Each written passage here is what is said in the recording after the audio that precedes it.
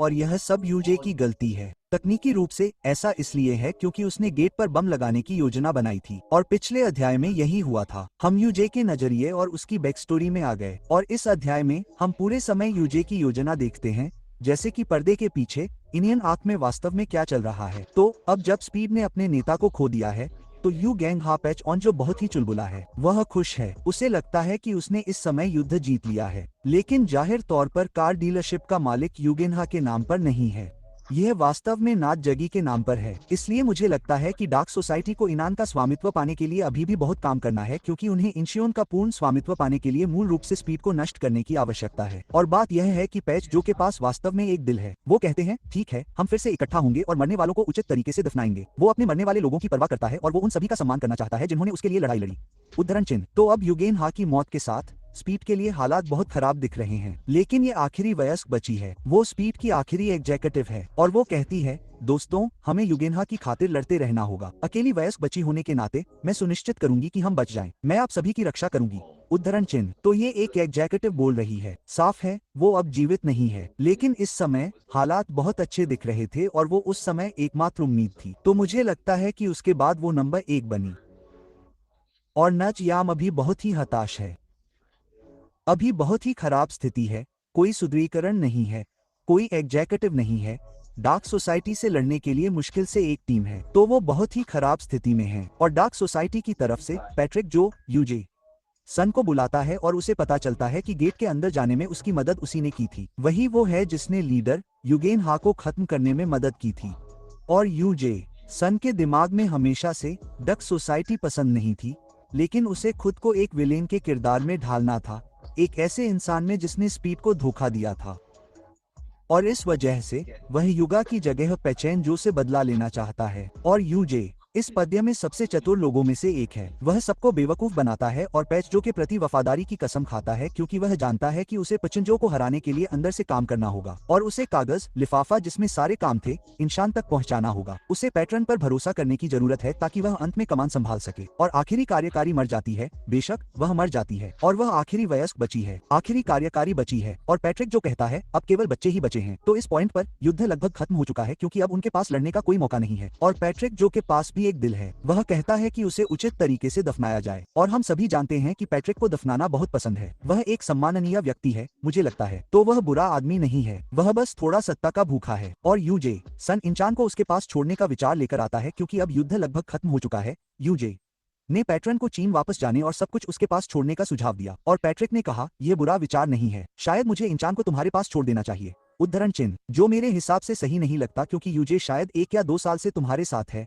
और तुम उसे डार्क सोसाइटी का पूरा नियंत्रण देने जा रहे हो, जो कि सही नहीं लगता। तुम्हें यह अपने नंबर 2 या अपने नंबर 3 को देना चाहिए था, जिन्हें तुम तब से जानते हो जब वे बच्चे थे। पर तुम जानते हो पाशेन, जो तुमने उच को नंबर 1 बनाने के लिए कुछ संदिग्ध फैसले लिए। और मूल रूप से स्पीड वाकई में हैरान है कि उच नंबर 1 बन गया है। मग को बहुत बड़ा धोखा महसूस हो रहा है। उच स्पष्ट रूप से गोट है। उसने बस सबको बेवकूफ बनाया। उसने पैचैन को बेवकूफ बनाया, उसने दर्शकों को बेवकूफ बनाया, उसने निश्चित रूप से मुझे बेवकूफ बनाया। सही। तो पर्दे के पीछे हमें पूरे समय यूजे की योजनाओं पर एक नजर मिलती है, कैसे वह स्पीड के साथ है, लेकिन वह बस चीजों को टाल रहा है। वह ऐसे आदेश देता है जो सुनिश्चित करते हैं कि स्पीड सुरक्षित है। तो अब जबकि वह आधिकारिक रूप से मगरमच्छ समाज के साथ है, यूजे अब सब कुछ पृष्ठभूमि से चलाने जा रहा है। तो हम शुरुआत से ही देखते हैं कि यूजे कभी भी स्पीड को चोट नहीं पहुंचाना चाहता था। उसने कभी भी उन पर पूरी तरह से हमला नहीं किया। वह हमेशा इसे टालता रहा और उन्हें बताता रहा कि यह बहुत खतरनाक है, हमें अपना समय खरीदना होगा। और यहाँ तक कि गू वाली स्थिति में भी याद करो कि कैसे नाजिम ने गू को यह जैकेट दी थी,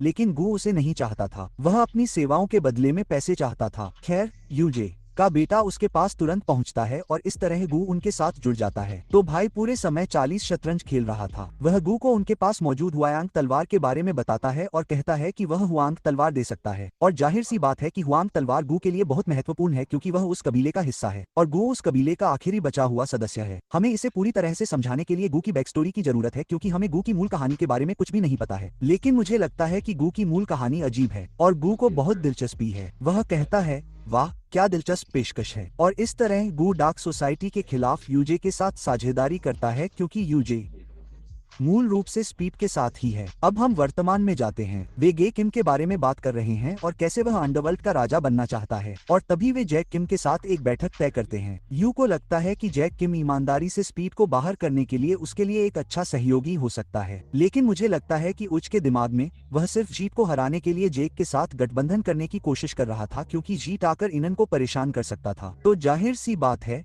जीत एक दुश्मन था जो कि पूरी कहानी में था। लेकिन जेक के भाषण के बाद यह यूज के बेटे की भावनाओं को छू गया, क्योंकि जेक को अपने दोस्तों की रक्षा करने का विश्वास था और जीएयू पूरे समय यही कर रहा था। बिग डील के साथ ईजे स्पीड की उतनी ही परवाह करता था जितनी जेक को बिग डील की परवाह थी। वह उन्हें दूसरे तरीके से बचा रहा था बेशक, लेकिन यह वही विचार था।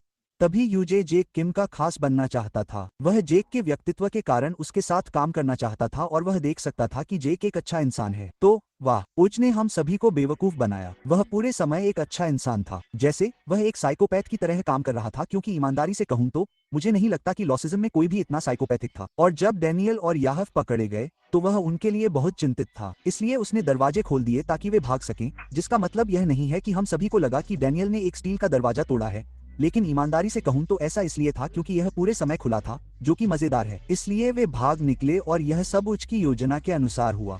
हालांकि अब जब युद्ध शुरू हो रहा था तो उच को किसी तरह से स्पीड की मदद करनी थी, इसलिए किस्मत से बिग डील स्पीड के साथ शामिल हो गया, जो उच को पसंद था। मुझे लगता है कि उसने जैक को बदलने के लिए एक बहुत ही खलनायक की भूमिका निभाई, क्योंकि वह जानता था कि अंदर से जैक का दिल अच्छा है और वह जानता था कि अगर वह खलनायक जैसा होगा तो वे बदल जाएंगे। और तभी टैक्सी वाले आए और उसे पूरी योजना पता थी, इसलिए उसने अपने मुख्य सैनिकों को छेद से बाहर निकाला ताकि वे अपनी मुख्य सेना को विभाजित कर सके और फिर राजधानी में स्पीड हमला कर सके।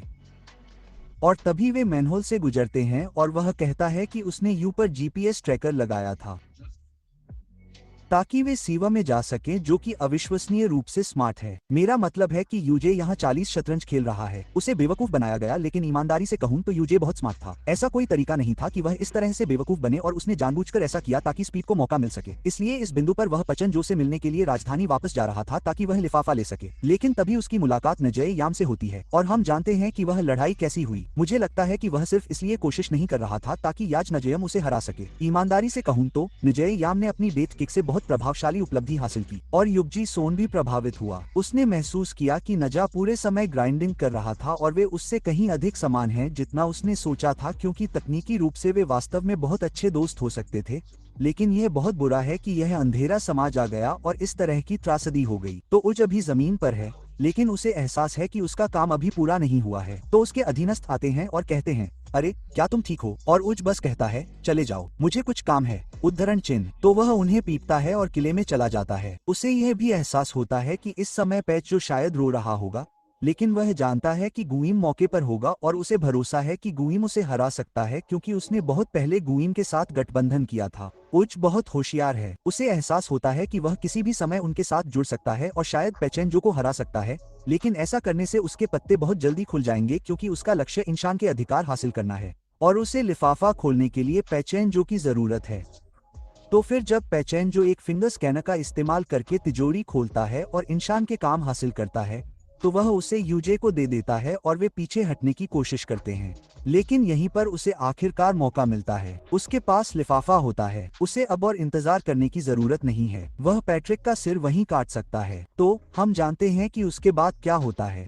वह डार्क सोसाइटी के मगरमच्छ अधिकारियों के एक समूह के साथ लिफ्ट में जाता है और वे देखते हैं कि क्या हुआ। वे देखते हैं कि यूजे सोन ने उन्हें धोखा दिया। तो ये युग की पौराणिक कहानी थी। उसने न केवल पेचेंजो को मार गिराया, बल्कि वह लिफ्ट में मौजूद सभी लोगों को भी मारने जा रहा है और लिफाफा स्पीड को दे देगा ताकि वे इनियन को वापस पा सकें।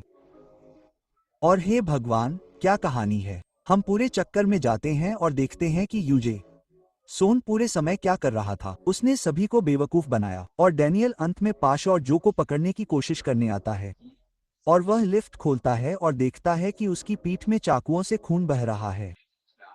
वह बच जाता है। वह सभी को पीटता है और डैनियल को लिफाफा देता है और कहता है, इसे नजयम को दे दो, तुम स्पीड का हिस्सा हो, है ना? उद्धरण चिन्ह। और वह डैनियल से कहता है कि वह उन्हें बताए कि लिफाफा उसी ने वापस पाया है। नहीं, वह कोई श्रेय नहीं चाहता है। वो बस चाहता है कि युद्ध खत्म हो जाए। वो बस इसे गति देने में मदद करना चाहता है। यही उसका लक्ष्य था। उसने इसे हासिल किया और उसने कर दिखाया। और यार यूजे, सन एक बहुत अच्छा किरदार है। ईजे, सन में बहुत क्षमता है। पीडीजे को संजय युक्त जैसे किरदारों को मारना बहुत पसंद है। उसने